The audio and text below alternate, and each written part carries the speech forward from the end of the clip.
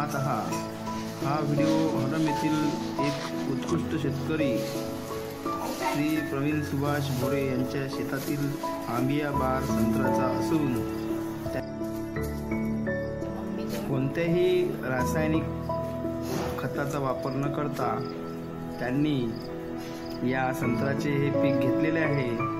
आणि त्यांचा सर्व स्तरातून त्यांचे अभिनंदन होत आहे आणि सर्व शेतकरी त्यांच्या या शेताला भेट देत आहेत आणि अशा प्रकारे एक चांगला आदर्श त्यांनी सर्व शेतकऱ्यांसमोर ठेवलेला आहे।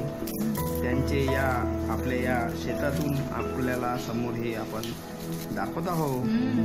तरी त्यांचे आपण अभिनंदन।